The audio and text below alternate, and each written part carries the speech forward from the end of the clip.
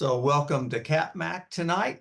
And I should say, welcome to a joint meeting with CapMac and GAMUG.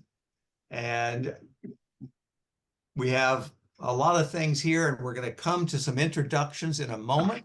But this is our normal thing here and our membership and so forth. I know we have a lot of visitors, but I'm going to ask you to hold off for a moment until we can address everyone at one time. So tonight we're doing a joint meeting with the Gateway Area Macintosh Users Group in St. Louis. Glenn House and I have been communicating for what, a year and a half about things Mac and about the possibility of doing some kind of a joint meeting. And that started to build some steam. Nathan has worked with Glenn to set up tonight's meeting. So this gives you a little bit of an overview of what we're going to do. We're going to have some presentations by CapMac members, some by GAMUG members. So the first thing we're going to do, though, is to introduce the officers for both organizations. I'll do CapMac, and then Glenn can take care. I'll stop my screen share and let Glenn handle GAMUG. So our board is essentially the same as last year. The only difference is Robert has dropped off the board and Tom Morris has joined our board. I don't have photos yet to put up here, but I will have them for next time so that you can actually, if you don't know, you can see what each of us look like. Our board meetings are always the first Wednesday afternoon of the month. Now, that being said, and if I recall, I think every board member is present tonight. So you look at the matrix of people on board and you'll see all of these members there. So let me stop my share now and turn this over to Glenn so he can introduce the folks from GAMUG. As soon as I figure out, there you go. All right, Glenn, it's yours.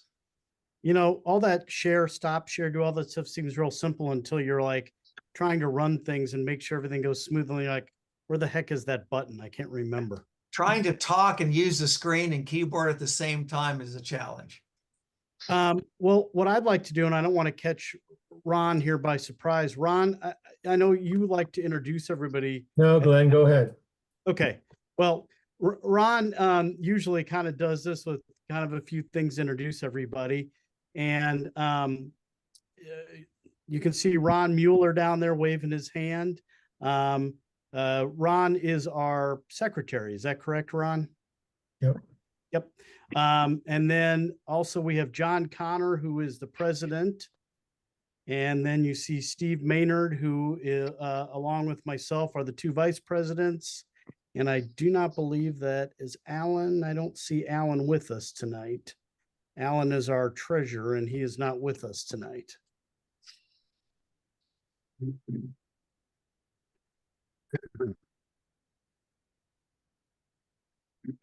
And that is it, John, if you want to. All right. Well, in that case, I'll share my screen again so I can continue on with my slides. Did it do it? There we go. All right. So where are we at? Okay.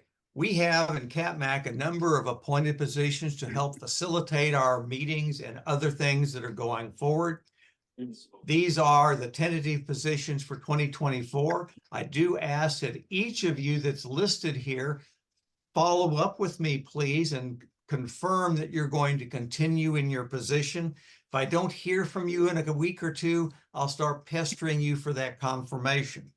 The one thing I wanted to bring up is the last item on the list, CapMac History Committee. One of the things we discussed at our last board meeting was trying to reach out to some of our older members, some that may not even be, some of the people may not even be active members, but try to gather up some of the history of CapMac. So what I'm asking for, is there any of our members out there that would like to participate in this, either be on that committee to help talk to folks and gather data, or chair the committee and drive the whole thing. If you are the one that's interested in doing that, send either a direct email to me at my personal email address, or you can send it to president@capmac.org, and that will work just as well. You know, a lot of folks are getting older these days, so it's time to reach out to them and try to gather the data we can while we can still talk to them. So again, if you're interested in that, let me know and we will start doing that. About presidential immunity, just at a lay level, just as a citizen to citizen. Please mute their mic, please. Thank you. Our meetings have been by Zoom for what, 3 years now? Coming up on 4 years. And one of the benefits of doing it by Zoom is we can record those meetings, and they are all stored out in our YouTube channel. Thanks to Robert Frazier for taking care of that, and Bill O'Barr for handling the index into the meeting.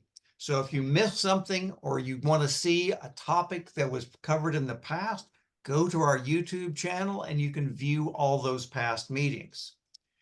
We tend to have a help desk at the beginning of every meeting. We're going to come back to that in just a minute because not all of the GAMUG folks might have been here at 6:30. So there's going to be a little more Q&A here in a moment. But generally for CapMac, the first half hour of our meeting is never recorded, and just everybody can ask whatever technical questions they have, or like tonight, we digressed in various directions, talking about this, that, and everything. But that's an opportunity for you to get answers to technical questions. If you have a question between meetings, you can put something up on the Slack channel or send an email to CapMac, president@capmac.org, and I will get that question to our help desk team. Now, something we talked about at our last board meeting was doing a women's SIG. Jill Frazier has been interested in trying to have some coffee-like meetings, but ones that are led by women, and try to mostly attract the women in CapMac, but you know, I think that they'll let us guys in there if we are nice. But the question here is, how many of you would be interested in doing that? And I'm really asking this question of the women in the group. Would you like to have a separate meeting every so often, every other month, once a quarter, something like that? What day or time you'd like to have it? If you're interested, send an email to Jill. I've got her email address here, and I will follow this up with a specific email about this as we get more information and some possible times. So look for an email in the coming weeks. Or if you have a quick question right now and Jill's on, I think Jill's in the group, you can ask her right now if anyone has a question. Okay, hearing nothing, I'm thinking there's no questions for the moment, so we will move on. I did not do a newsletter this month. I just ran out of time, and frankly, I wasn't finding enough to really make it worth putting it together. So I'll resume that in February, and it'll have everything in it that I've had started to include in this particular issue. We have put stick out there, and they all are still available if you're interested. I did have a special request that came in from Nancy. Nancy's been ill and says she really didn't feel like she could talk tonight because her voice was not very good right now. But Quasi had contacted her, and another immigrant is going to UT, or he's been accepted, but he's in need of a laptop and really can't afford one. As you all may remember, we provided, or CapMac provided Quasi a laptop when he was starting at UT. And Quasi graduated this past spring or the one before with his PhD. So he has really use that to its most advantage. So the question is, if anyone has a device that Quasi's friend might be able to use, let me know. Again, president@capmac.org, and we will set up something. Now I see Nancy right at the top of my screen here, so let me ask Nancy, and you can nod or whatever. Is that cover exactly what you wanted to convey to the members? Mhm. All right. So again, if you think about it, you have something that might be useful, let us know so we can help them out. All right. News of interest. I don't have a lot. The only thing I want to mention again is because Apple user groups worldwide have access to some discounts. I have to say there's not a lot of them, and they don't change much from month to month, but this is the last group of offers that are available. If you are interested in taking advantage of that, send an email to president@capmac.org, and I'll send you the codes that you need to log in and get this discount. And while we're not, well, Koki's going to share a short tip in a little bit, but always keep in mind that we're looking for those of our members to share tips. It can be a how-to, it can be an app that you find that's really useful, another topic to share. One of the big things we try to do is to share little pieces of information so that we can all learn new things every time we meet. So if you have something to share, contact myself or Nathan so you can be included in a future program. So that is the end of my slide deck. Let me ask, and let me unshare at the same time, is anyone have any questions right now? If not, and I'm not seeing anyone raise their hand virtually or otherwise, so I'm going to now turn this over to Glenn, because you have a Q&A and what did you get for Christmas kind of session you wanted to run. Well, Glenn, it's just all sort of yours. piggybacking, although I do want to, real quick before we start, I just want to ask Ron Mueller if there's any like notes that you need to throw out there for GAMUG people. Ron, you're muted there.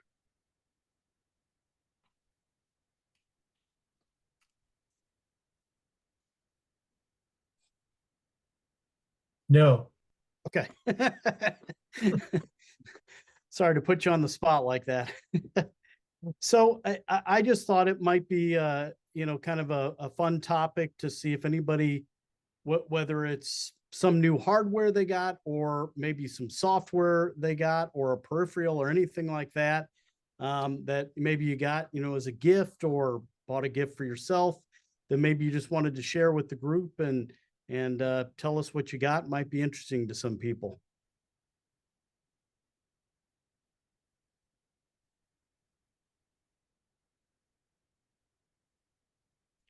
It's a Okay. tough crowd tonight. Yeah, I guess that's a no. I got the iPhone. What is it? What is my phone now? I got the titanium one. What number are we at? 15. That would be number 15. 15. It's the 15 plus. Sorry. And how do you like And it so far? I really like it, except for it dropped a lot of my stuff and I'm having to relog into things and stuff. So I was disappointed about that part. But so To me, far, I that's love it. to me, that's love always the worst thing about getting a new phone is I will spend my evening going in and relogging into everything that I have to relog into. And that usually seems to take a couple hours with all the things that I have. It does tell you though that if your ID is or anything is compromised, it will let you know and it'll say, like I have 14 of them that I had to change and stuff. So anyway, it'll tell you that so you can change your password. which is good. I like that. And the print is really wonderful on it. I'm visually impaired and I can read it just on the normal print. And I usually put it up to large print, but I can see it really good. It's really bright and clear, and That's I really great. like that. Which color did you say you got?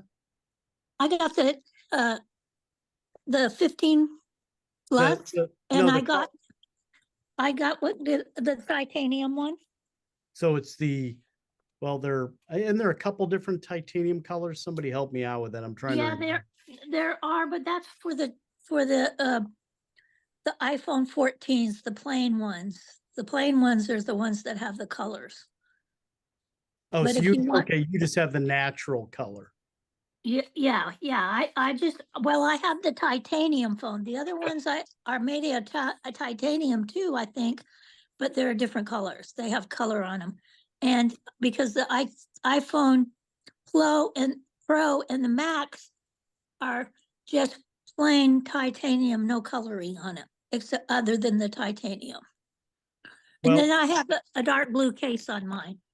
okay. Well, thanks for Eileen raised her hand. Yeah, I bought myself the new iPhone 15 Max Pro, white, and I also bought the new iMac purple.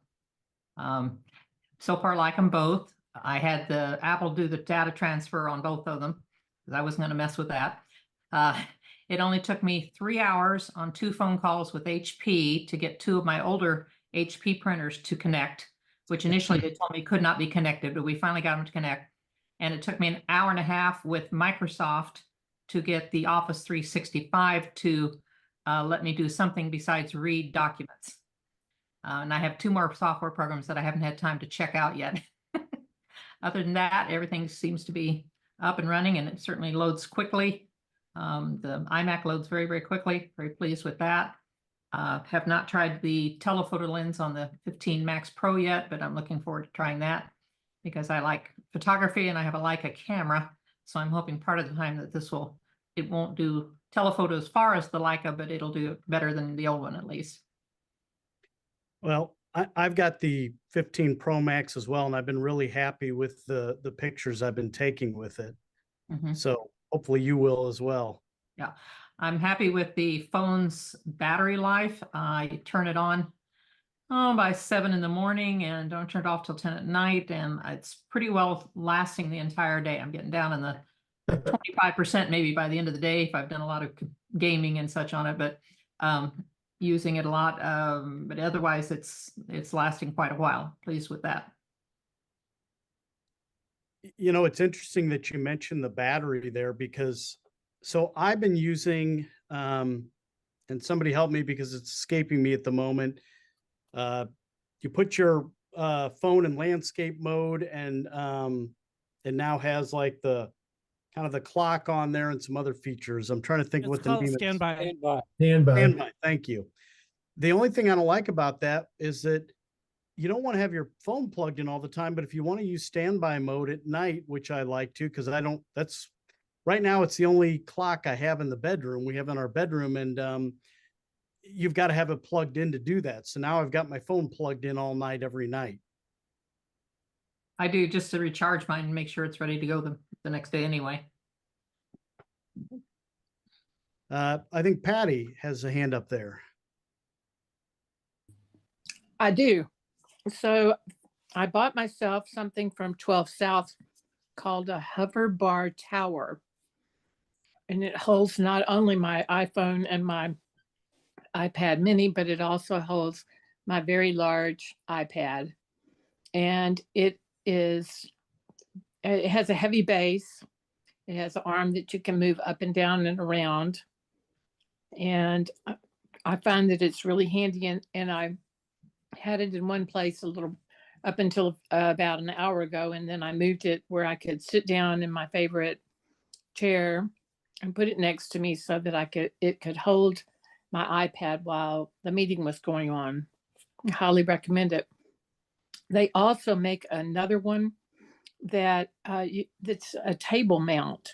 If you don't want something that sits on the floor, you can mount it to your bedside table or your kitchen table or whatever. and it does basically the same thing, but it doesn't have, that one doesn't have the base that sits on the floor. So Patty, how is the construction of it? Is it well made? it's heavy. Okay. And it came in a small box that the base basically was the size of the base, and it has several pieces in the bar that goes up that you screw together. So if you wanted it to be shorter, you could take one of the pieces out and have it sit shorter. And then it has an arm that swivels back and forth and up and down, and the iPad can swivel, horizontally or vertically. And like I said, it holds each of my gadgets, not at the same time, but when it's in the unused position, it's small enough, about the size you could help put your iPhone in, but you can stretch it out far enough to put your big iPad in. Yeah, I've been looking at one of their other items that it's a little stand that you put your iPhone, it kind of sticks up and your iPhone goes on that, and there's room for to be able to charge like, your watch or something else on the base. And Yeah. that's what I was asking about the construction. Well, they've got the things that I've bought from them before, I've really liked, and I've been kind of eyeing this and decided to buy it for myself. The other one that goes on will either sit on a table or clamp to a table. It's called the Hoverbar Duo. So Okay, worth well, checking out great. Thanks for sharing. anytime. All right. Anyone else? Mm,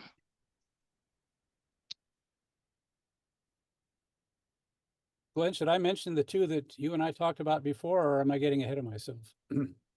Well, I think the watch thing I'm going to have you discuss when I'm doing my goodies. So was there what else? There was something else, so I don't remember what it was. Yeah, it was very much like what we've talked about. It was the combined the MagSafe based charger, combined charger for watch, AirPods Pro, and phone from Anchor. I won't. I don't want to get too much into this because I'll be bumping up against what Glenn's going to be talking about. But basically, I've replaced the very old, still working but not always reliable alarm clock that I've been using for quite a few years with this Anchor product that is it's actually a small cube. It's about maybe 2.5 inches on a side, with a drawer that comes out to the right that provides a place to magnetically charge your watch. And then there is a swiveling top, which if you swing it open will then, and the top has a saucer-like depression. It's bag safe for your phone. Now, if you pull that, if you rotate that top up enough, then it opens up a space where you could charge the case or your AirPods Pro if you have one of the magnetically chargeable. If you have the AirPods Pro that have the magnetic charging case. So 3-in-1. I've got some photos of the thing that I can submit to Ron or to John Purvis or whoever might be able to share these in the on the maybe about what we usually do at GAMUG is if we have something else, I guess we send these photos to Ron, who puts them up on the GAMUG website. I don't know, John, if we send anything like that to you, if you can put them on the CapMac website, if that would be welcome. If so, I'd be happy to do it. We can get it to there. Okay. All right. Well, thanks, John.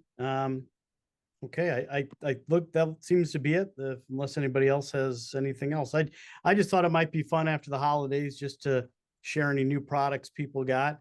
Although maybe it'd be worth putting that out ahead of time so people can have like a little, like I said, something we can look at some of these things. It's almost hard to visualize as everybody talks about their products. But thanks everyone for sharing that stuff. All right, John, I believe I'm next with my goodies then. You are. All right. So for our CapMac people, every month I do something, beginning of early in our meeting, I should say, and it's called Glenn's Goodies. I named it that the first month I did this and never came up with a better name, so it's kind of stuck. And what I do with this is I just try to, yeah. Let me interrupt. I thought you were going to talk about how we got to here and the whole idea. You're right. Thanks for reminding me. So before I get to my goodies, I'll get back to that in a second. You know, as John mentioned before, I had contacted him. It's been about a year and a half. We had started to have discussions at GAMUG, you know, just as our numbers and our membership have shrunk over recent years. Our group has been around since the 1980s. And, you know, we're trying to rack our brains. How do we keep this thing going, you know, for the long term? How do we, you know, try to increase our group numbers? And so we just were, you know, trying to think of ideas. And so I started to gather information on other Mac user groups around the United States. And I started to send out emails just to see what other people are doing. And unfortunately, I didn't get as many responses as I would have liked. I heard from maybe 5 or 6 different user groups, but John was the one that I kind of started to have a conversation with. And, you know, like I said, this is, and I know, you know, Terry had asked in our pre-meeting time, you know, about, oh, is this going to become something permanent? Well, I don't know where, you know, people want to go for the future. Maybe we decide we'd like to somehow integrate. Maybe we want to do this occasionally. Maybe, you know, that can be kind of a talk for after this. But I just think that, you know, when you look at both of our groups, you know, the one obvious thing is the demographics. Our group is, you know, we're getting older, and a lot of us have been, you know, with our respective groups for, you know, in some cases, decades. And so it really was just a matter of how can we, you know, keep this going for a while longer? How can we add more of a dynamic, you know, kind of meeting? Because I know that when we go back in time to our meetings and we had, you know, many more people coming to the meetings, and obviously they were very different because we were meeting in person versus what we do now, but there was just a different dynamic to it. And I feel like as we've shrunk, it feels like it's harder to capture that. And so that's why I started reaching out to other groups. And so, you know, as some people brought up, you know, I think it was Tom Weaver was talking about the London group and how they're drawing people from all over the place. And you know, I think that many Mac groups are trying to figure out, well, how do we, you know, keep going? How do we, you know, keep making this a worthwhile, functioning, dynamic, you know, organization that we have going? And so that was my motivation. And, you know, it also happens to work out really well that we're in the same time zone and that we also happen to have our meetings on the same day and time every month. So it's easy to do a joint thing. I know that, you know, like you're saying, talking about the London group, or I know the group down in Sarasota, the Southwest Florida group, has integrated some other Mac user groups, and, you know, their meetings are during the days. And, you know, for some people, it's, you know, they're not able to attend those. So I still like the idea of doing a meeting in the evening, but anyway, that was sort of the background of how this came about. And as John and I talked, I had, you know, just talked about maybe we could do something together sometime. And that came about. And then John put me in touch with Nathan, and we started to put together a program. And I know I was pestering Nathan as he was down at Disney World. So I apologize for that, Nathan. I was just trying to get things together as the end of the year was approaching. So anyway, that was what was behind all of this. And John, I don't know if you want to add anything to that.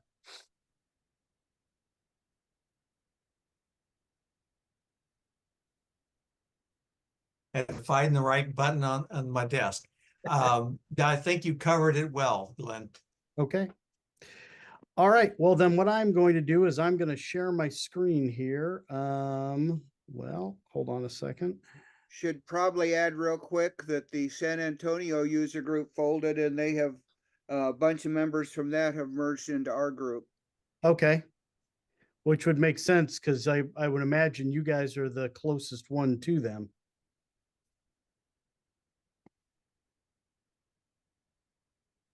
Yes, we're about 100 miles away. All right. Okay, can everybody see what I'm sharing with you guys? Yes, no? Yes, yes. Okay, great. Thank you.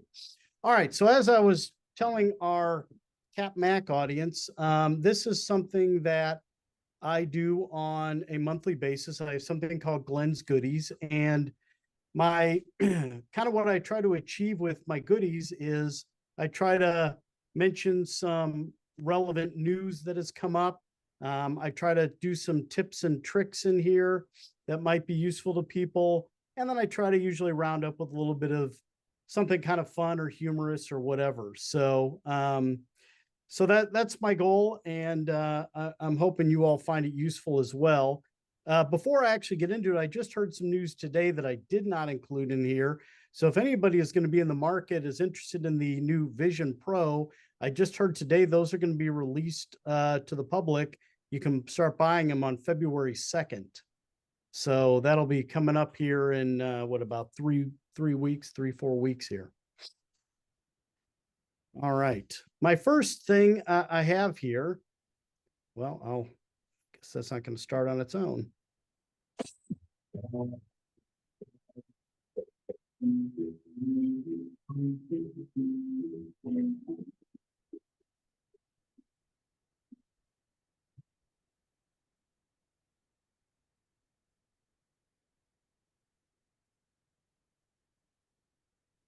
So to set the stage for what I was not supposed to start again, to set the stage for what I was going to talk about, there was a news story come out, and Apple confirms that the government is using push notifications for spying. So I thought for those of you who are James Bond aficionados, I thought that would be a good way to introduce that.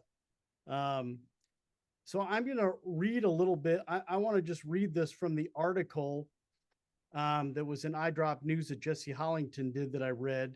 And I don't know how many of you have heard anything about this, but Apple has just shared details on a secret government order it's been under for some time that's required it to covertly track and surveil its users via push notifications sent to their iPhones and other Apple devices.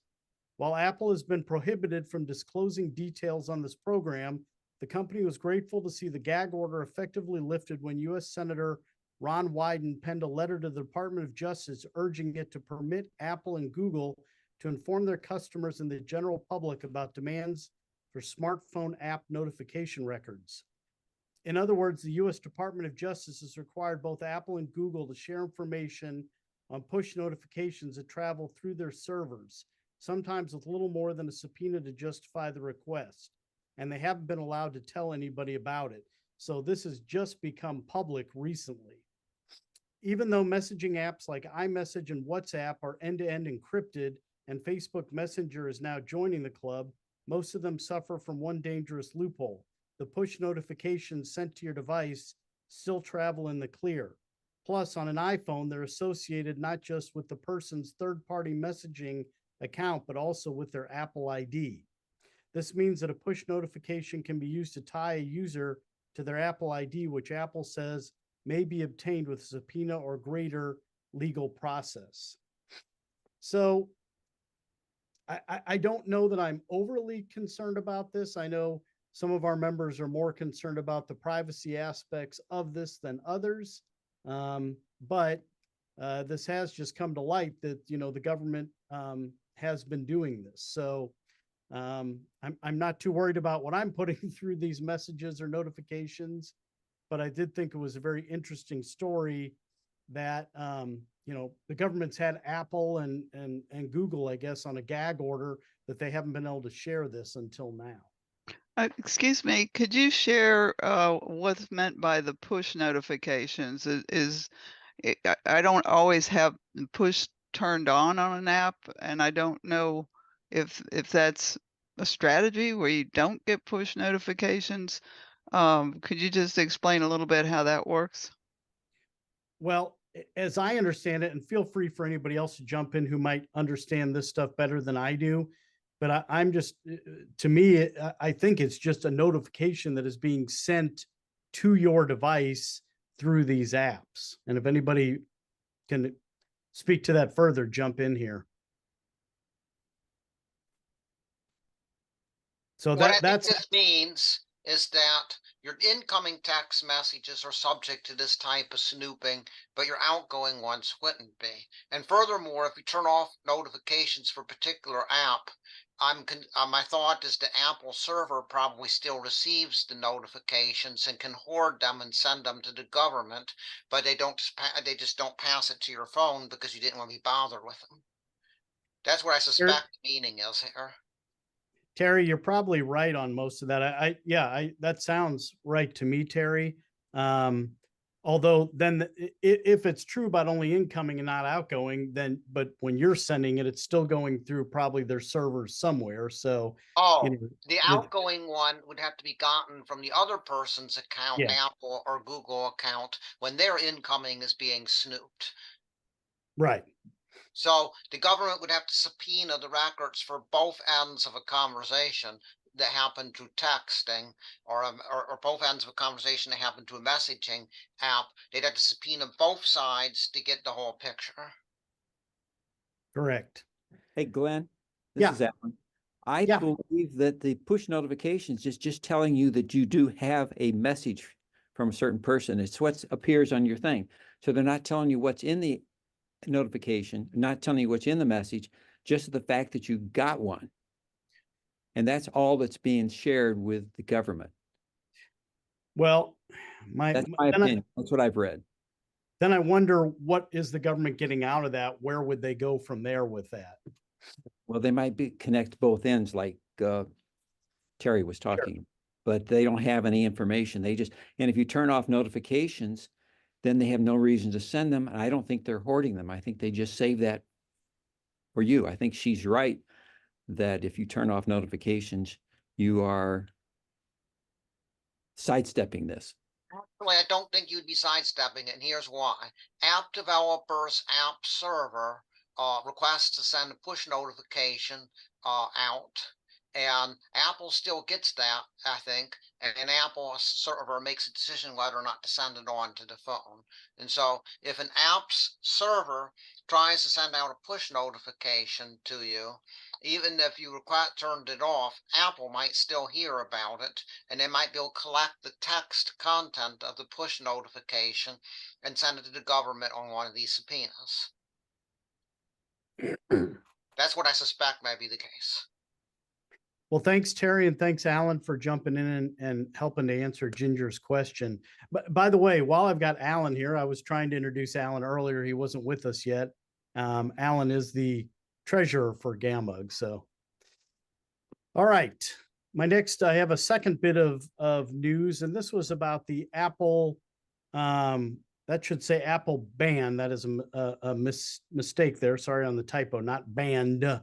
To Apple Watch ban temporarily lifted. So I'm guessing that you all had heard that the International Trade Commission, the ITC, had recently ruled that Apple violated patents from the company Masimo to use light sensors to assess the amount of oxygen in your blood, making the watch a pulse oximeter. And so Masimo, by the way, is a company, they have patient medical monitoring devices. So basically, when the ITC decided that Apple violated this, they said that, or they banned Apple from importing the Series 9 and Ultra 2 watches into the US, and this went into effect in December. However, Apple went to a US Court of Appeals and they paused that import ban temporarily because Apple, who, by the way, has countersued Masimo now, Apple's also trying to find a software workaround for this so that they're not in violation of the patent and there's no issues there. So the last I had read, and I hadn't heard anything on this in recent days, but the ITC was required to respond to Apple's countersuit by January 12th. So obviously that is coming up very quickly this week. And so you can buy those watches right now, but we don't know what's going to happen, later on this week or down the road. They might send a firmware update that either disables the feature or changes the way the pulse oximeter feature works to work in a less accurate way to avoid stepping on the supposed patent. So if you go out and rush out and buy one of these watches now, thinking that you're going to protect yourself from the possibility of this ban coming back, Apple might change your watch after you have it with a firmware update. Well, and that's possible, Terry. Like I said, Apple was trying a software fix for this. We don't know what's going to happen. That's my point. What does the software fix do? We don't know. That's all that's been put out there. Patty, you have a question about this? No, I have a comment. Oh, comment. Okay. So when they announced that they were going to stop selling them, it was about 2 weeks ago or whatever. And I ordered one online to be delivered to me. And I waited, and UPS said that it had been delivered when it hadn't been. And the address that they gave was actually their facility in Round Rock. So I went out there looking for the watch, and they said, well, we don't know anything about it. We don't have it. So I went to the Apple store, and explained to them, because it was the day they were going to cut it off. And it was, I don't know, 20 minutes to 2. And I ordered one while I was standing in the Apple store, and it was supposed to come the next day. And in fact, it never showed up either. And so the bottom line is that UPS must have some sort of theft ring within their facility, because in a week time, I ordered 2 watches and both of them were stolen.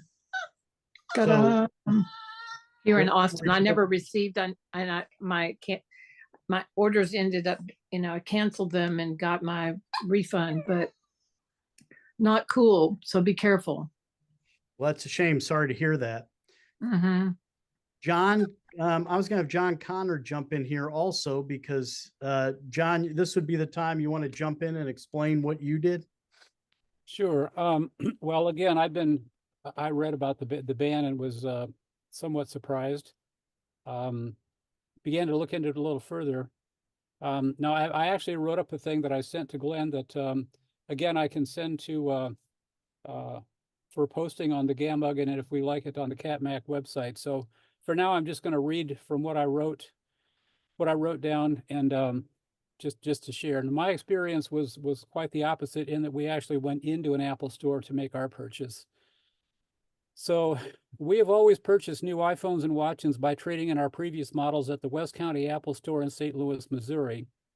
The ITC ruling about the watches posed questions about the future of the Apple Watch, such as how long Apple might be enjoined from selling new watches in the US, which we still don't know, whether Apple would be able to take our watches as trade-ins, since they have blood oxygen sensors under dispute. And by the way, what I had was a Series 8, and my wife had a Series 7, aluminum, GPS only, no cellular.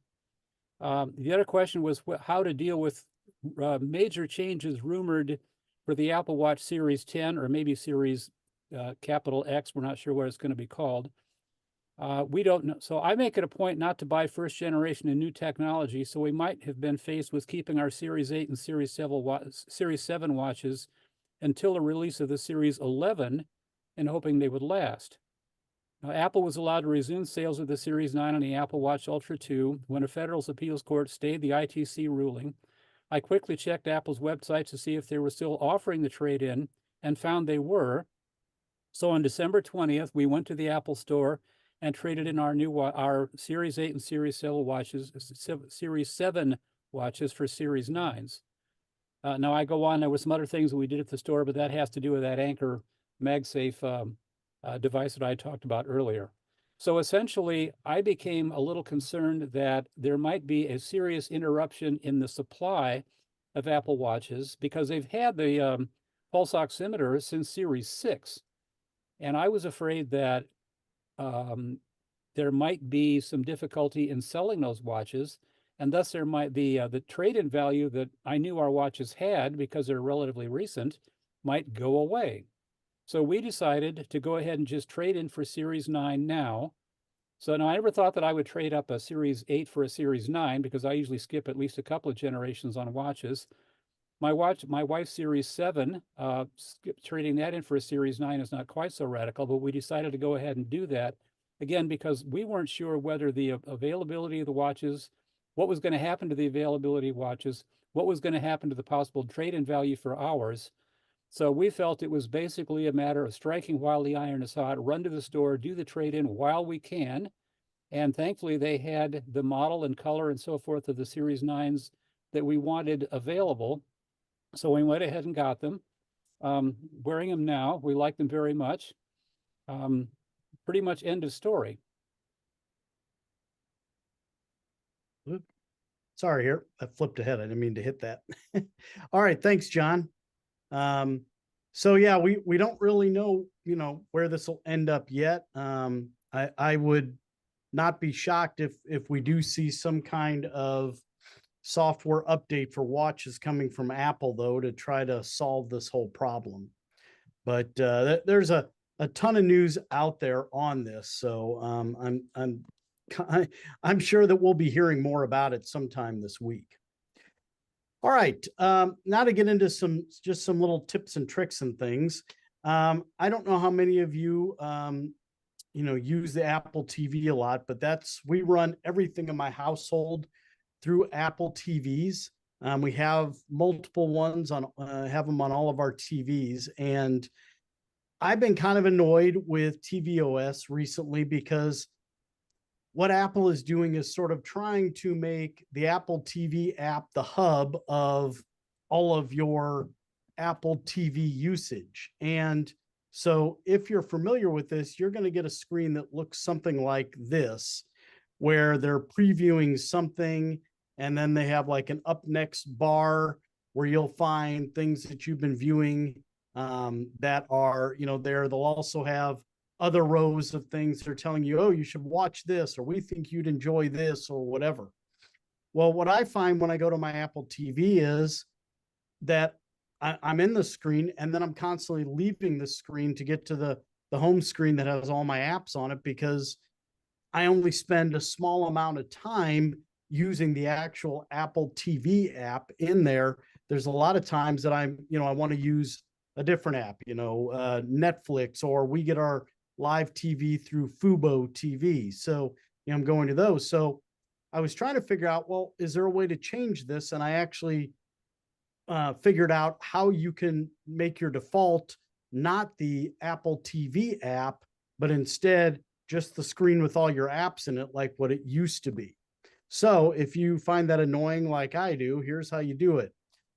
Go to your home screen, go to the settings app. Again, looks like the little gear wheel. And once you go into the settings app, then you want to select remotes and devices. And then when you select remotes and devices, click on TV button, and you will see there, I don't know how well you guys can see that right now, but on the right-hand side of the TV button strip, it says home screen, which is where I set it. And you want to switch, you want to set that to home screen. The other option is Apple TV app.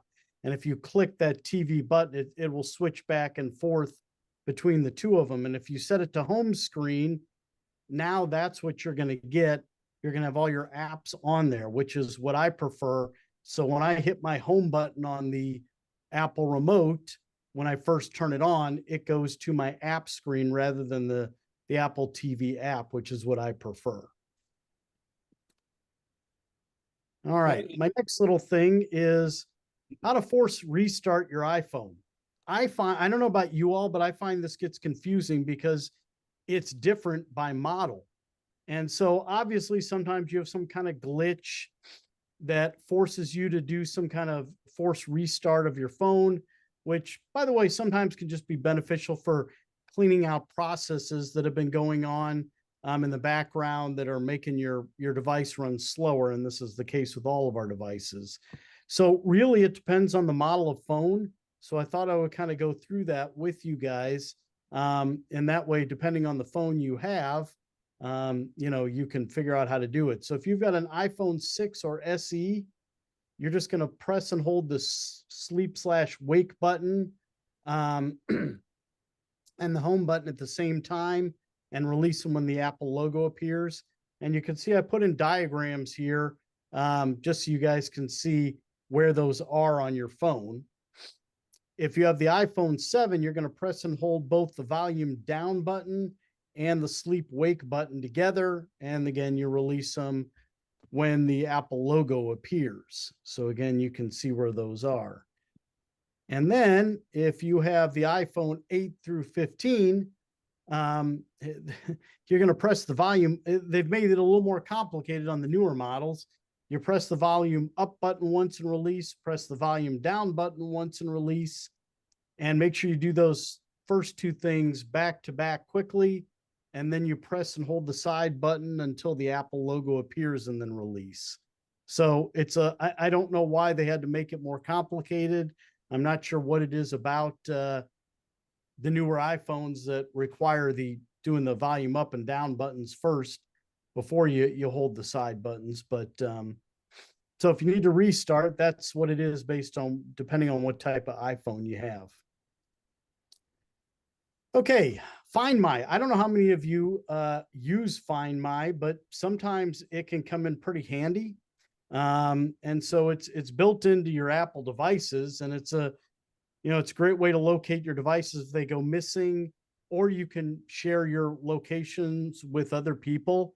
I know, frankly, I think one of the best uses of it is, where the heck did I put my, AirPods?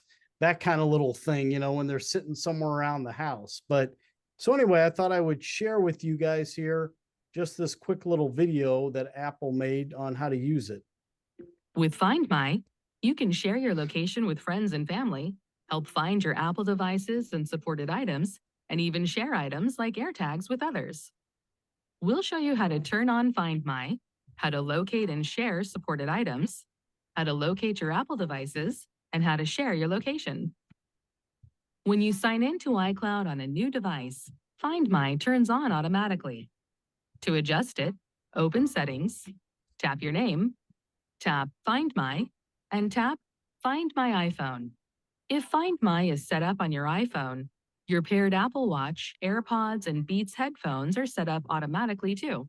And if you turn on Send Last Location, you can see your device's last known location if the battery dies.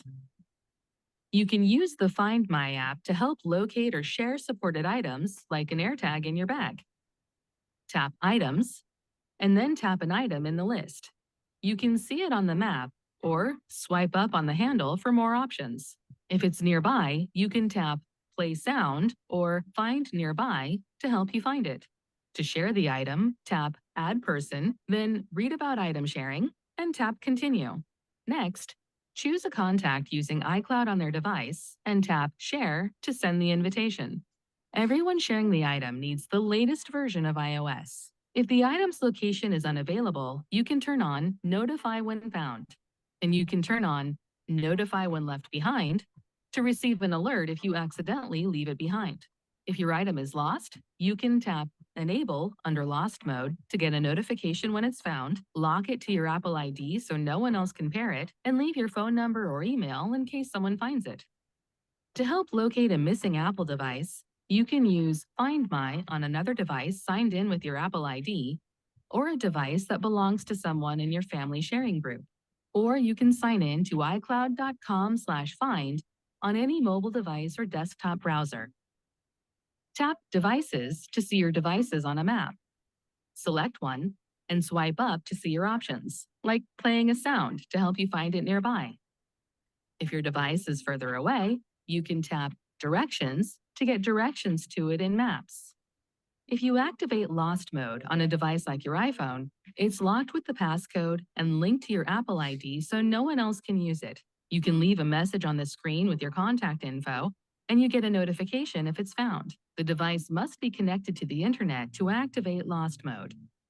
Think your device is lost for good? You can erase it remotely by tapping Erase this device. Once you confirm, you can still track the device, and if you do find it, you can restore it from a previously saved backup. You can also use Find My to share your location with family and friends. In the People tab, you can see everyone sharing their location with you. To share your location, tap Add, and then tap Share My Location. Select a contact and tap Send. Then choose to share for 1 hour until the end of the day or indefinitely. Your friend gets a notification and can easily share their location back with you. And that's how to stay connected with Find My. For more tips, subscribe to the Apple Support channel or click on. So I don't know how many of you have used Find My before. I think it's a pretty handy thing that Apple has put into their devices, and it can be really useful. So like I said, I don't know how many people have used that before. So I thought, it's one of those things that I think a lot of people know is there, but if you haven't used it, you have no idea how to use it. So I thought I would just include that. And by the way, for those people, for our CapMac people, I always put a link, and you can see it at the bottom of the screen. So if you wanted to find out like where I got that video from, you can see that. All right. A pretty new thing here is reactions. And so you can now use what Apple calls reactions. That's literally the title of it. When you but they are 3D effects of your hand motions or your expressions that you use. And so to show a reaction, you can make a hand gesture in view of the camera, and you hold the gesture until you see the effect happen. And so this can be used with all common types of video software, Zoom, FaceTime, Google Meet. For instance, I don't know the full list of everyone that uses it, but all the common ones you can use it with. To use reactions, though, you have to be on iOS 17, iPad OS 17, or Mac OS Sonoma, running on a Mac with an Apple Silicon processor. You can use it on any Mac, also the pre-Apple Silicon Macs, if you're using continuity camera with an iPhone 12 or later. And so here are the reactions you can use. And rather than me just sitting here acting all these out for you, I thought I'd share this little video. iOS 17 brings messages like reactions to FaceTime that make your video calls a little bit more fun with cool visual effects. So when you're on a FaceTime video call, you can now trigger on-screen effects like hearts, balloons, confetti, fireworks, and more, with the effects flooding the display over the FaceTime window by just simply using hand gestures. Now, there are 8 reactions total that you can perform, and so here are the gestures to perform those reactions. Now, if you want to show love, you can create a heart shape using both of your hands. If you want to show that you like something, you just simply give a single thumbs up. If you dislike it, single thumbs down. To invoke fireworks, it's actually both thumbs up. And for a storm cloud, it's 2 thumbs down. If you want to overload the screen with balloons, it's just a peace sign with one hand. For confetti, it's peace sign with both hands. And then if you want to get crazy with laser beams all over the place, give the rock on sign, but do it with both hands. Now, if you're on a call that requires you to be a little bit more professional, aka no fun, and you want to turn off those reactions so that you don't do it by accident, you can just go into Control Center, tap on effects in the top left corner, and then tap the reactions button so that it's no longer illuminated. And that's it. These fun reactions actually work across iOS, iPadOS, and macOS. So the next time you're on a FaceTime call, feel free to make things a little bit more fun. All right, so a couple tips for this. And I saw a few people trying these out as they were watching the video there.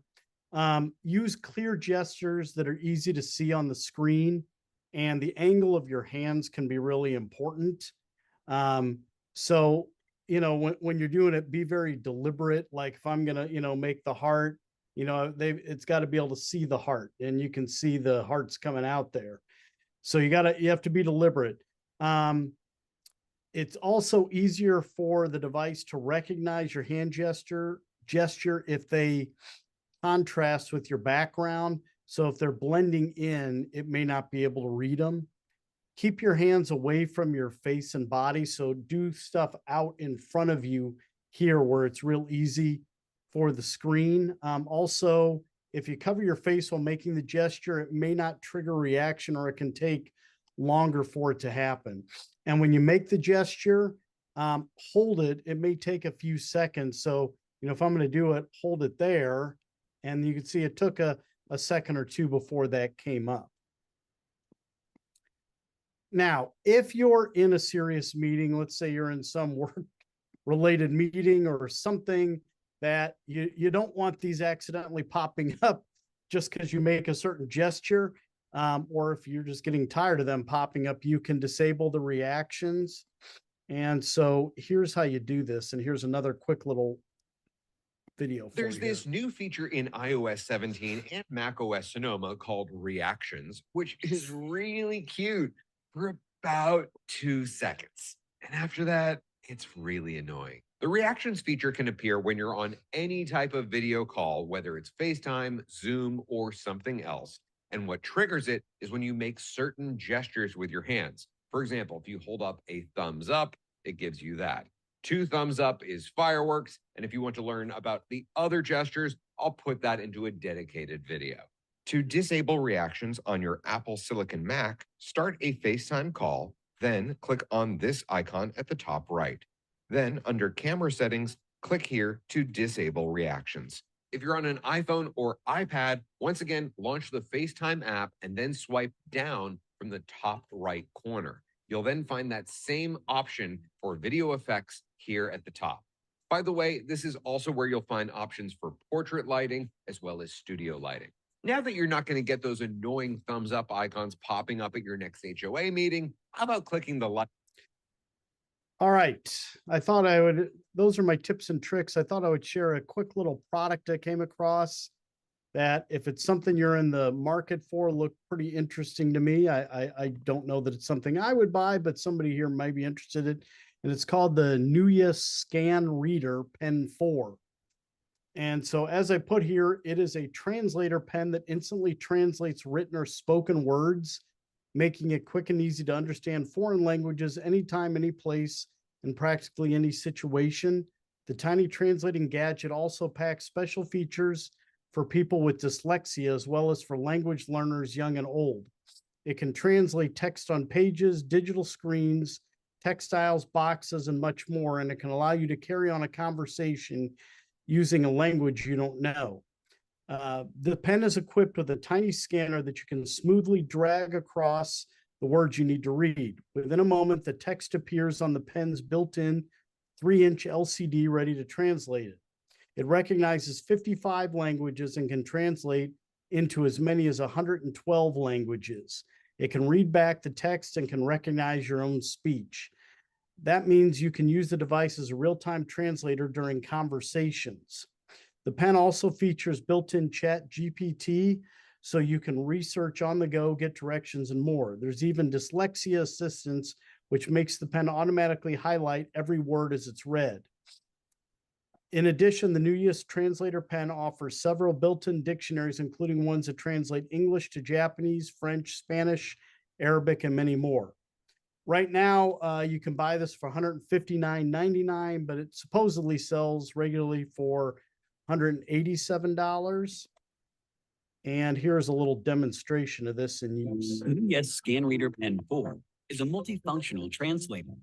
It can translate text, speech, and photo.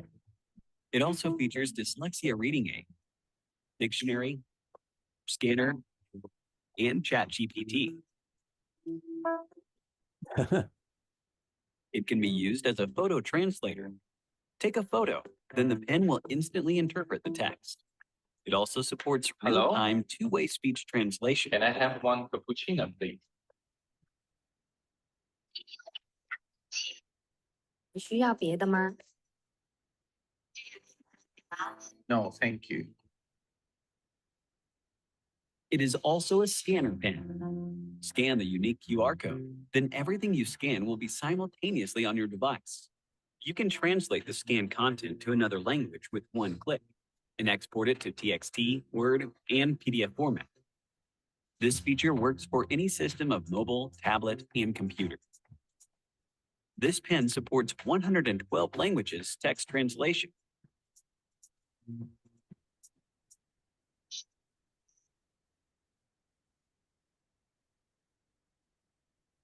This pen also builds into Collins Dictionary.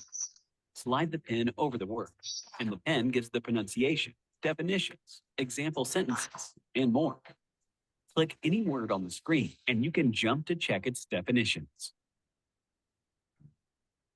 The Dyslexia Aid feature allows you to adjust the reading speed, pauses, languages, etc. It will read word for word aloud and highlight the word when read. And it's a breeze to access the dictionary and save the word for later review. Surprisingly, it is built-in ChatGPT. AI replace human in 100 years. That's not which model. I cannot predict the future.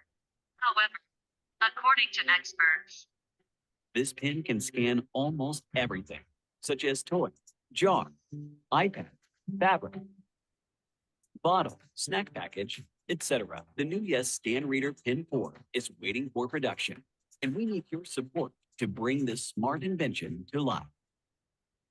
So anyway, I came across this and I thought that was a pretty interesting device. I know there are a few things that you can do for apps on your phone and things like that, but I don't know, I thought it was a cool device, so I thought I would share it with you all. Looks All like right. Star Trek to me. What's that? Looks like Star Trek to me. You know, it's kind of amazing when you watch Star Trek now and you think about how many devices, that we're now using that you saw in there. That was the universal translator, I think was the Star Trek word for it, Yeah. wasn't it? Yeah. Nancy, do you have a question? Yeah, but will it will it read what's on your computer screen? Now, I've never used it, so I can only guess, but I'm presuming by what they showed, they're showing it all kinds of different, things that they're reading from. So I can't tell you for sure. You'd have to look that up and research it yourself, but my guess is yes, but that's the best I can tell you. Okay, thanks. So this next little slide, I just came across this picture, and this was just every Apple mouse I've ever made side by side. And, the one thing I first struck me as I look back here and I see the very original mice, and I'm like, man, how ugly those things look now. I also remember the one that came with the iMac is the fourth one there. And it's the round disc. And I remember using those and remembering how annoying they are because they would always turn on you. The cord would turn them and you'd always have to reoriented them to use them. And I don't know if anybody else remembers using those things and how annoying that shape turned out to be. Yeah. All right. And finally, I'm not a big TikTok guy, but I saw this video from Money Minds. And so the person on there asked women, if a guy is 10 out of 10, but he has an Android, what would his new rating be? Because he didn't have an iPhone. So I thought I'd share this with you. There's just a bit of humor in closing here. If I can find it, where'd it go? Oh, there it is.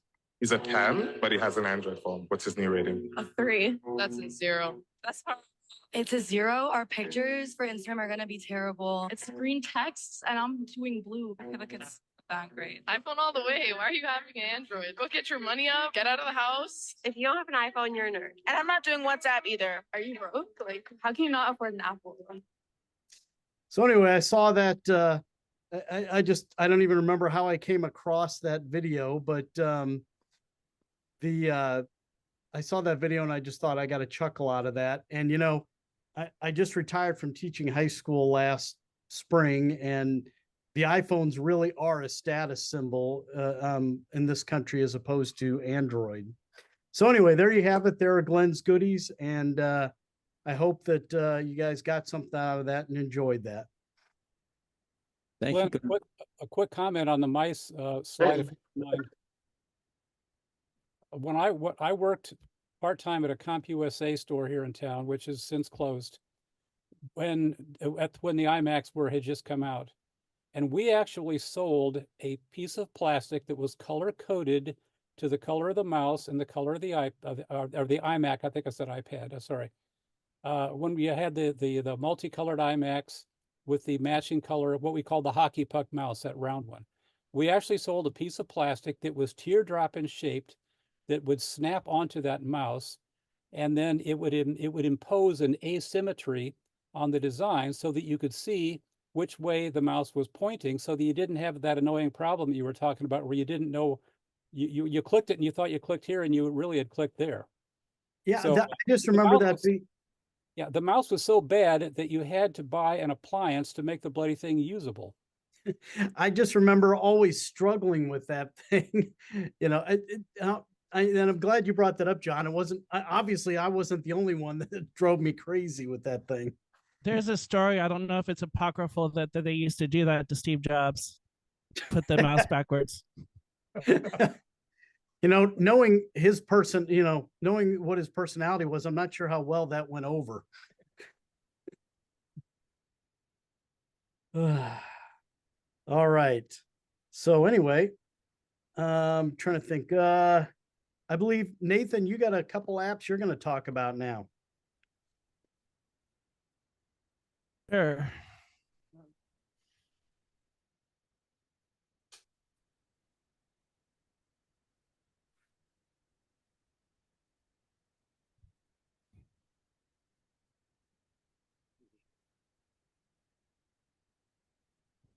Let's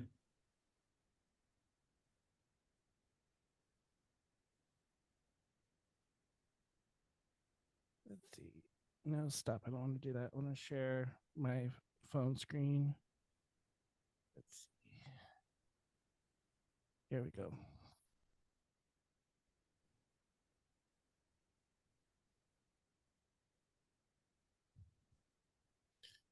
Okay, so I wanted to talk about a couple of apps. First one is one that came in the latest update to iOS 15, and that is Apple's Journal app. Now, I think it's just my opinion right off the bat. I think it's a non-starter because it's only on the iPhone. It's not available yet on the iPad or on the Mac. I'm a big day one user. I've used it for over a decade for my journaling, and this just is very, very limited right now. But I have done a few journals in it.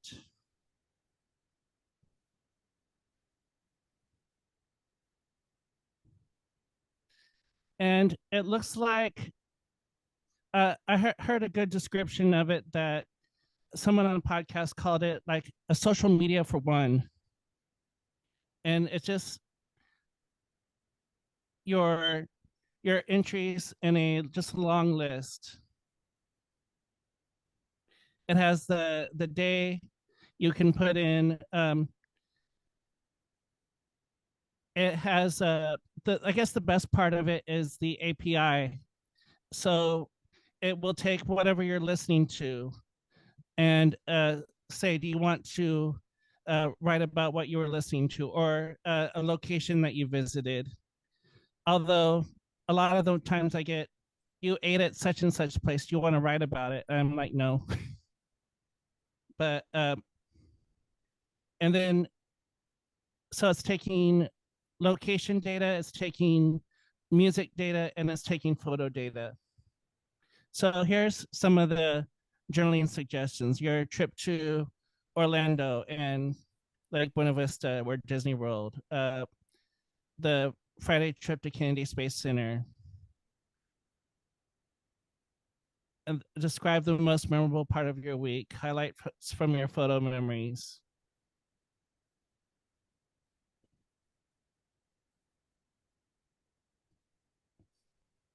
So it uses the API to give some recommended ideas for what you might want to write about, or you can just start a new entry. Soon, it should start integrating with more third-party apps, including Day One. But for right now, it's just utilizing Apple's apps, own apps. So that's just a quick overview of the new journal app.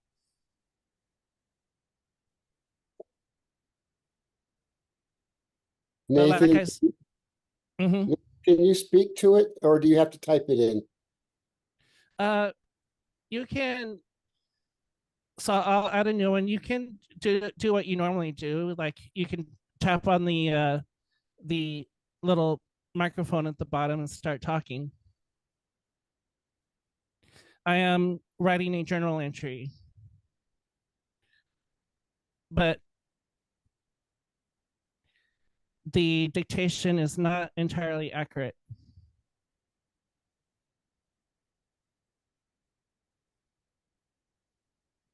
Thanks. I appreciate that because I got fat fingers and Yeah. my eyes don't know where the keys are on the keyboard, but my fingers do, which you can't touch type on an iPhone. Yeah. But then while I'm in a new entry, there are some other things here. You have your recommendations. You can add pictures, or from your photo library, you can take a new photo and add it to your journal. You can add a voice memo, so you can have just a audio recording, or you can search for a location.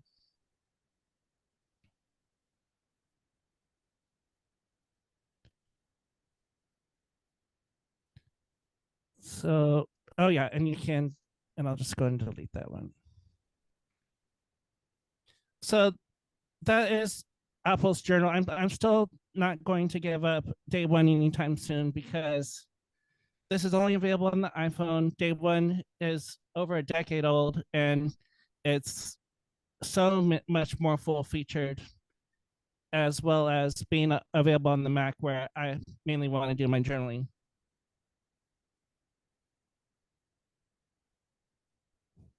The other one I wanted to talk about today is kind of interesting. It's kind of related to a journaling app, but it almost does it itself, and that is called Life Cycle.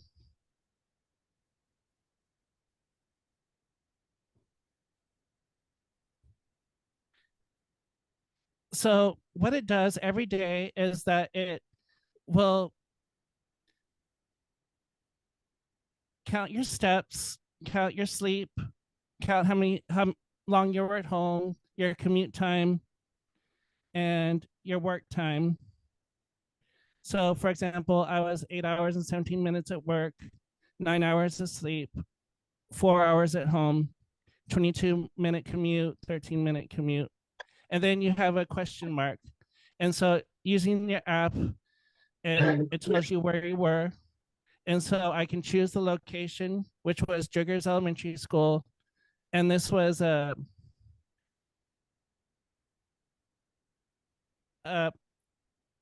here I'm starting to learn after using this for a year that's kind of better to do a little bit more specific. So I'm going to say this was a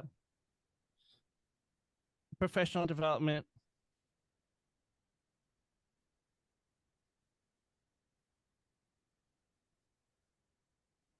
And then you can click on an icon. And I'll just choose the graduation cap and then a color. And so now I have that into what happened for today. And so I can go back, this is yesterday, and then Sunday, and then every Sunday, it gives you a week's worth. And this is what I really like about it, is that it gives you trends. So 57,500 steps during that week. I visited two new locations. This was the first week in a while where you spent some time on meetings, specifically 5 hours. You also picked up on groceries, which you haven't done for a while. You spent more time on commute to home than you usually do, 1 hour and 33 minutes. Your average is around 51 minutes. You're at home less than usual, around 51 hours compared to your average of 60. You slept a bit more than usual. You worked less than usual, just 31 hours compared to your average of 37 hours because it was a 4-day work week. We had a Monday off. And then exercise, 9% decrease from your usual average. And then you can get a month. So this is for the month of December, 121 unique locations. So you can see Texas and Florida. Transport and motion. You had 2 days with no transport at all where I didn't leave home. So on 7 unique places for lunch. And then now that I've used it for a year, I have all of 2023. So you've worked during 60 days, slept an average of 8 hours a night, slept about 200 hours per month. Top locations, band rehearsal, 26 hours, visiting my parents, about 25 hours, and so on. Meeting, this is where I said I need to be more specific because meeting is Toastmasters. I go to every Tuesday night. And so that was 29 hours. So the trends are kind of an interesting feature of this app. And it's called, again, it's called Life Cycle, and it is a subscription. It's about $30 a year. And that's all I have. Thanks, Nathan. Thank you, Nathan. Yeah, thanks for sharing both of those with us. All right, I think next on our agenda then is Steve Maynard, and Steve's gonna be talking about smart plugs. So Steve, the floor is yours. All right, sir. Can you see that? Yep. Yes. Okay. Let me get my notes out. Okay, first of all, hello, CapMac. It's good to be with you. I think this is a really cool thing to do. When I give presentations at our GAMUG meetings, one of my favorite topics is product reviews. And did somebody say something? There's not. For several years, I've been installing smart plugs and smart wall switches in our house and adding them to the HomeKit app on our phones. There are many makes and models to choose from. For example, our president, John Connor, uses a brand called CASA, K-A-S-A. And though the accessories, they appear to work the same way. In fact, they look a lot alike. So my suspicion is that it probably comes from the same factory in China. So I'll get this out of the way right off the bat. These are the two products that I'll describe. And if you buy directly from Belkin, the prices are $30 for the smart plug and $50 for the wall switch. Now, the term thread refers to a technology that enables devices to work faster, to have fewer points of failure, they use less power, and they communicate with each other more seamlessly. Now, last Thursday,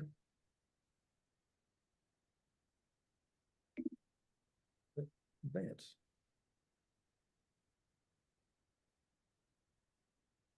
Trying to change slides and it has stopped working on me.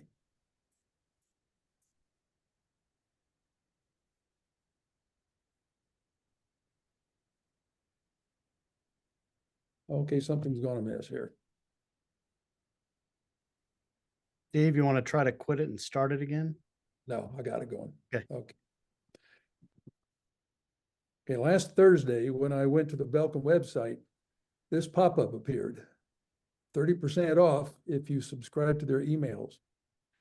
And that's a pretty good discount. You can also shop on Amazon and eBay and other sites to see where you can get the best deals. I checked Amazon earlier today, and you can buy multi-packs with a lower cost per unit. So it pays to shop around. This is what you want to look for on your phone or on your Mac. If you're not already acquainted with Apple HomeKit, then you really should check it out. HomeKit is a system that lets you control all your home's compatible smart accessories. The app called Home is the means by which you can add accessories to HomeKit and control them. The app is probably already on your phone or your Mac. Setup for the Wemo devices is simple. I'll use the smart plug as an example, though the setup for the wall switches is similar. You plug in the smart plug and you hold down the button on the side. It will blink orange while it searches for your Wi-Fi. And when it turns blue, it's ready to be added to HomeKit. And that usually takes a minute or two. Open the Home app on your phone, tap the plus sign in the upper right, and from the menu, you select Add Accessory. The smart plug came with a card with a QR code. The app can use your phone's camera to read the code and automatically add the accessory. And that usually takes a minute. So if you have trouble using the QR code, there's also an 8-digit number that you can enter manually. And here's a tip. That QR code is unique to that accessory that came with it. You can peel off that QR code, so I suggest you stick it to the side of the accessory in case you ever need to do a reset. Each accessory has its own settings panel. You can name the accessory. In this case, what you're seeing here is my porch light controlled by a smart wall switch. You can identify the device that the accessory controls, such as a table lamp or a floor fan. You can add several accessories to a room or to a scene. For example, my house has 4 exterior lights that are all included in the same scene. I can turn all those lights on or off with a single tap. Another example is to turn on or off all the lights in a room or in your house if you want, so you don't have to come home to a dark house. You can set up a schedule for an accessory to turn on or off. I replaced an old timer with these smart wall switches. The timers were kind of a pain because as the days get longer, the lights were coming on outside while the sun was still up. So I had to readjust that, to tweak it every few weeks.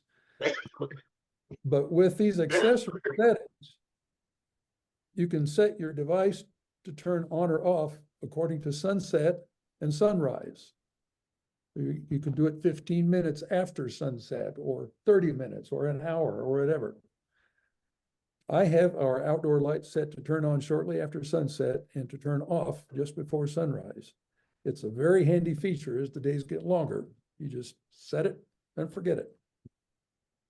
And you can also use Siri to give audible commands to HomeKit, such as turn on the living room lights or turn off the floor fan in 2 hours. HomeKit also works with these devices that I have listed. So far, I've just talked about smart plugs and smart switches. This list shows other devices you can control using the Home app, anything that is compatible with HomeKit. Incidentally, the Belkin smart plug can operate devices that draw as much as 1,600 watts, so you could use it on a space heater. Now, I've been looking for a smart electric water kettle that is compatible with HomeKit. And so far, all I've found are kettles that work with Alexa or with a standalone app, but none that explicitly say HomeKit. So if anybody knows one, please make a comment in the meeting chat. I'd like to know about it. Here are some useful links for more information. The Belkin link will take you directly to the page with smart plugs and wall switches. But as I said before, check Amazon, eBay, and other sites to shop around.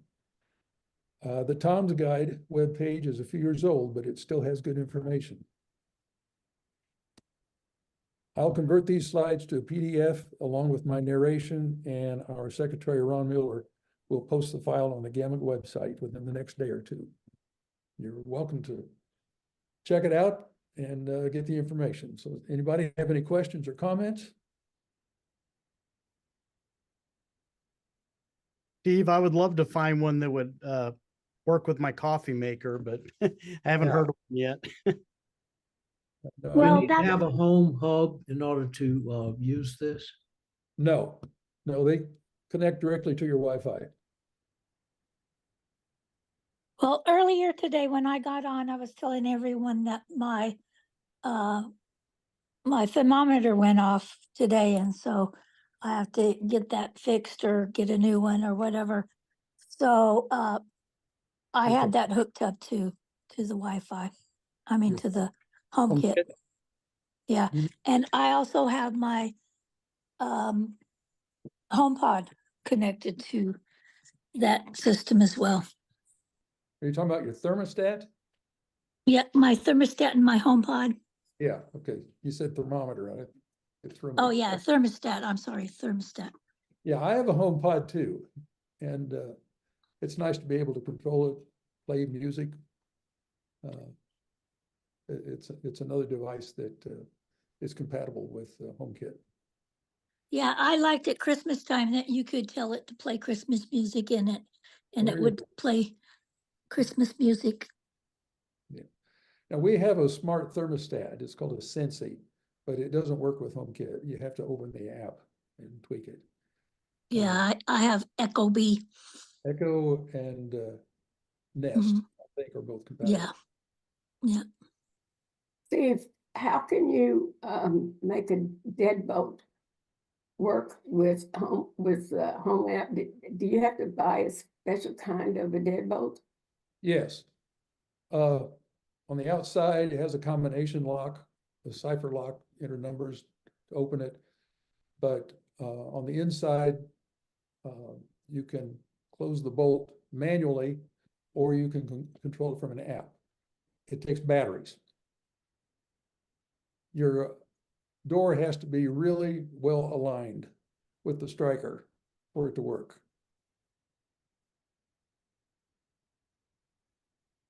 My brother had a problem with the garage door, getting it to work with that. He's finally got it working. I think maybe he had to use the Android app though. Hey Google. He used both Hey Google and Hey Siri in his house. I've got kind of a hodgepodge of accessories. I've got a Nest thermostat, which ended up being enveloped by Google, so I can use either of the apps to get at it. I've been using the Amazon. Is it Amazon? Yeah, the Amazon universe there for music and stuff like that, and the plug that will recognize whether it's supposed to be passing electricity or not. And I don't know if I'm going to have to, get rid of everything and choose a network, so to speak, of what's going to work on my home network. Is there ever going to be a time when the items that you get will be universal pretty much? Or are we always going to be dealing with Apple and Windows, or Windows and Linux, or whatever, and we won't be able to normalize our house, other than the fact that it's pretty well integrated? The notice that he's posted about his devices, they all had threads at the end. I think that is a endeavor by the industry to try to be agnostic, so you can use either one. Well, I might try my thermostat on the home app It's funny though, the home app somehow appeared in the middle of my control center when I open it to do screen mirroring or turn on the flashlight or whatever. And I can't seem to get rid of it. I'm not interested in it being there. So I've got a bunch of homework to do. You know, from my experience, I don't see these all ever completely integrating just because they're, you know, the usual turf wars between companies and wanting you to use their products and that kind of thing. And it's a shame because, you know, like you said, I think over time you buy something here, you buy something there, whatever kind of works at the time, and then you've got end up with a hodgepodge of stuff. And unless you want to go buy everything new to be on one system, I think it's hard to do that. But unfortunately, I don't think that we're ever going to see them totally integrated. Yeah. That thread standard ends up being a subset of the capabilities of each device that are everywhere. So as you say, Glenn, things with threads will work, but you're only going to get a subset of their full capabilities. If you use their controller and their app, you're going to get more capability. You know, the funny thing is I think a lot of this smart home stuff is great. I don't have any of it though. First of all, my wife's argument on that is we don't need to buy it because everything works just fine. And the more bells and whistles you put on something, the more likely it is to break. So I always look for an excuse when something goes wrong, but you know, so far I haven't actually tried any of those things on my house, but I think they sound great. And I know, you know, Steve obviously attests to it. He loves having the, you know, that stuff. Yes, how do you fit it in with your family's lifestyle? If you live alone, you can do a lot. If you don't, you're limited. Yeah. You got to keep everybody happy.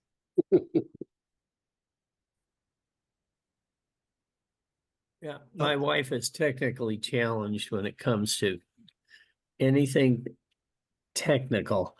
And the problem is she wants to try some things, but when it goes sideways, I have to go in and figure out what broke and take care of it. So if I hooked up my house with all those devices, I think I'd be jumping off a bridge the next week. Well, that's why those switches that were mentioned, where you place the wall switches, are useful, because then you can always resort to walking up and turning them on and off. Yes. Well, the one thing I don't think I'll ever do is, you know, the utilities are willing to give you a smart thermostat that they can control from their end. And if there's I guess a power shortage or something along that line, and everybody that I've talked to about that, giving a utility the power to regulate your home temperature, it kind of leaves a bad taste in their mouth. I don't know what everyone else's thoughts are about that. Charlie, I'm with you, whether it be that or the insurance company monitoring your driving habits, or, you know, I don't care what it is. I don't really want to be monitored for my daily habits. Just remember, if you save money, you might. Just remember, we're from the government. We're here to help you. Yeah. So true, Tom. Well, I actually signed up for the app from Amaron in St. Louis, and I thought they would just take it back when they needed it. They changed my whole schedule. They assumed I would be gone in the daytime and turn the temperature down. I'm retired. The thermostat, the schedule they had didn't work. So it took me about 2 weeks to say, nope. Yeah, no, thanks. I think I'll stay away from that. Even if they are offering me a discount, you know, not for me.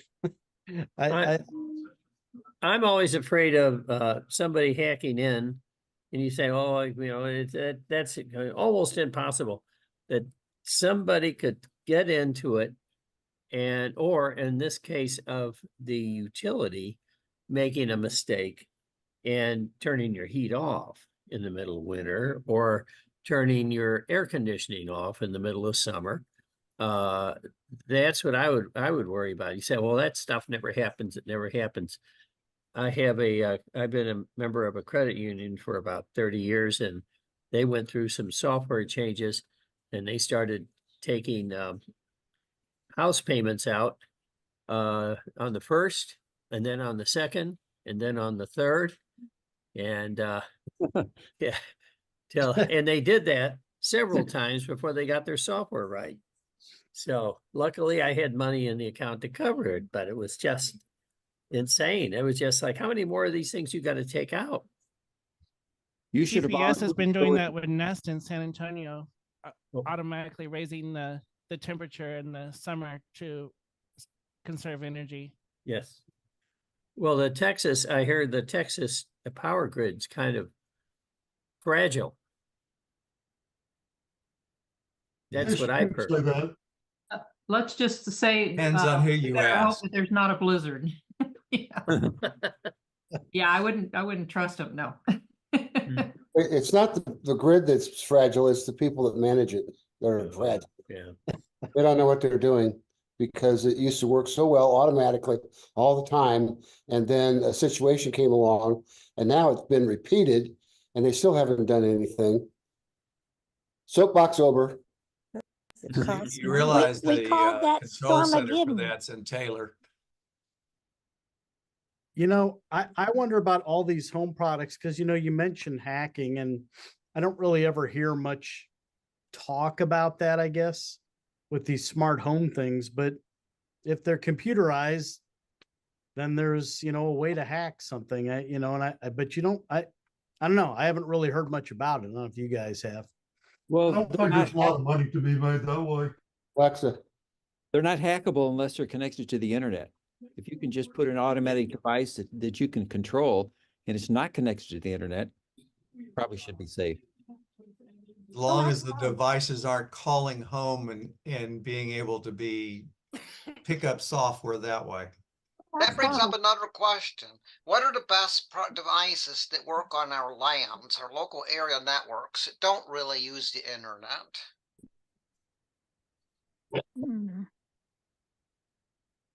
I haven't heard that term in years. Backup drives, NAS, network attached storage, that doesn't use the internet, not necessarily. Yeah.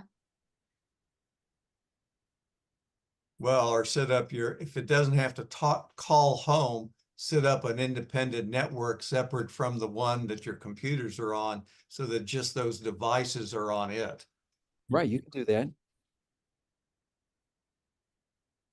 Routers are cheap. Yeah. Yes.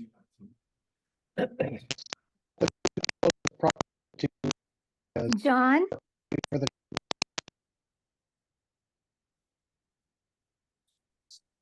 Who's talking clicking language? I don't know. Somebody. Oh, that was me. That was me. Sorry. I forgot I had Somebody muted. call my name? Isn't one of the advantages of HomeKit enhanced security? If I remember, I don't know if I'm remembering this or just imagining it, but I seem to recall, at least in the early days of HomeKit, was that that platform provided the people whose products are HomeKit compatible with a way to sort of lock them down so that they don't rely so much on the app that the developer, that the manufacturer has developed. If they have to route all of the functionality through HomeKit, that means that Apple has the opportunity to make that device more secure in that the operation of the device has to meet Apple's criteria, not the manufacturer's criteria. And insofar as Apple's ecosystem is more customer friendly and more secure than other platforms are, then maybe a smart home device that operates through HomeKit would be less of a risk of being hacked into. I agree with Charlie. It's a scary prospect, and I certainly don't want it to happen, to me or to any of us. But I thought I remembered that something that is HomeKit compatible is by that fact a more secure device than if the device were not running through HomeKit, if it were just running through its native app.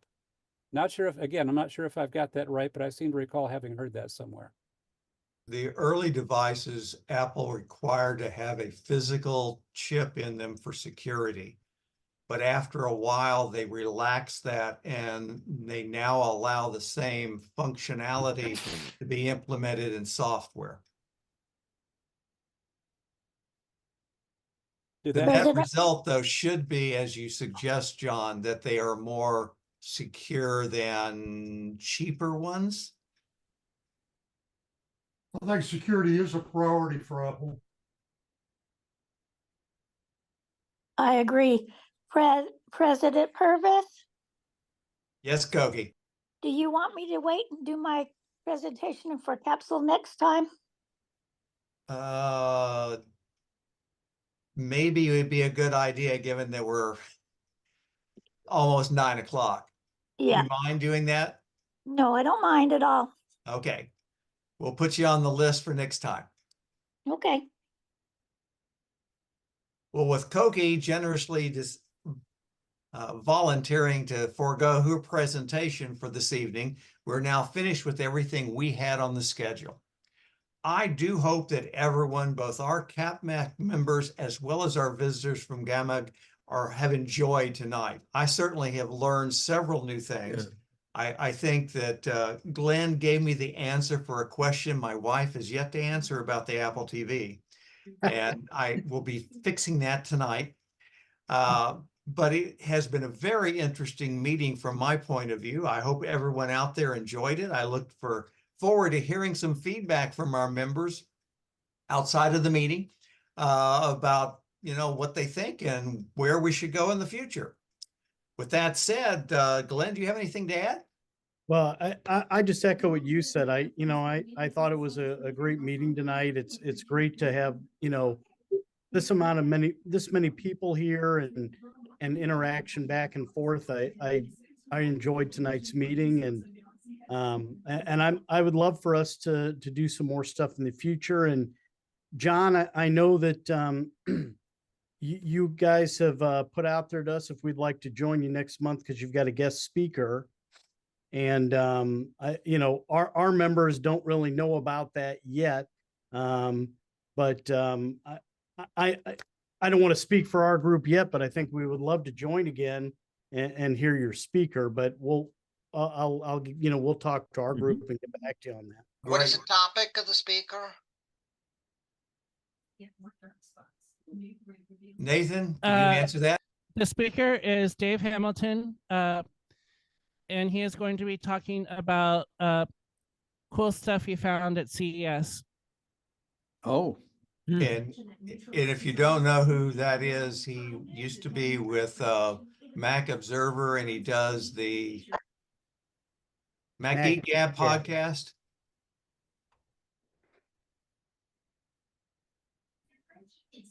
Okay. Anyone have anything else to add before we call it a wrap for this evening? Yes, Don. If I may, just for a brief backtrack, when reactions were being spoken about, it was said that if you go to your control center itself, that you would find an icon there that you would use to deal with reactions, to learn how to use them and all that.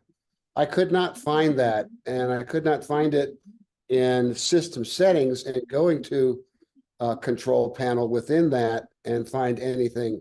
So I'm gonna Don, I can help you real quick. So if you're looking on your Mac, are you doing this on a Mac or an iPad, or what are you on right now? I have a phone and a Mac, and so whichever is easiest. Well, if you're like on your Mac right now, if you look up there, you're going to see a little green like video camera icon up on your menu bar. Yeah. Click on that. And if you go down, you'll see reactions, and there's a little arrow there. And if you click that arrow, you'll see the reactions that are possible. So if I hit one of them, like if I hit the balloons, you see the balloons coming up here. I get speaker gallery, release, video order, hide self view. The only other green dot I've got is the green dot of the camera itself up in the bezel. So you're not seeing on your the Mac menu bar up top there. Are you seeing a little icon? Like I get a little, it's like a white video camera on a green background icon. If I click it, I see that. Yes. click on that and you get a drop down. It'll say zoom. Then I see a picture of myself. And then below that, like FaceTime HD camera. And then you'll see reactions. Do you see that? I've got mic mode and standard, which I can click on twice. What operating system are you running? That, yeah, what OS are you running? So I clicked on the green box with the video camera in it, got the little video underneath with the Zoom title, and then my picture, and then mic mode under that. And beside that is the word standard, which has a down arrow. So if I click it, I get standard for the microphone and voice isolation, and that's all I get. Yeah, if you're not on Sonoma, you're not going to see it. This is Sonoma. It is also an Intel chip. Ah, no, you have to be a. Yeah. Yeah, M1. Yeah, you've got to have a Apple later. Silicon chip. So I'm in the wrong club. Although I haven't tested this out. What Right on your version, phone. what version of iPhone do you have? I have an 8, no, a 14 Pro Max. Okay, if you're using your iPhone as a continuity cam, then it should allow you to do it from what I understand. I haven't set that up, so I guess I ought to do that, huh? Also, on your phone or your iPad, it's going to be like on if you're using your phone and you're doing, video, some kind of video chat on there, then just pull down, control center and you'll see it, a thing for it in there, but you won't see it unless you're on a video, some kind of video call. Okay. Well, I'm plenty enough on Zoom and Google Meet, so. And Yeah, whatever. but try using your phone as your camera instead of your computer. Okay. And what it sounds like to me is you'll be able to use the gestures, but until you try it, I can't tell you for sure it's going to work.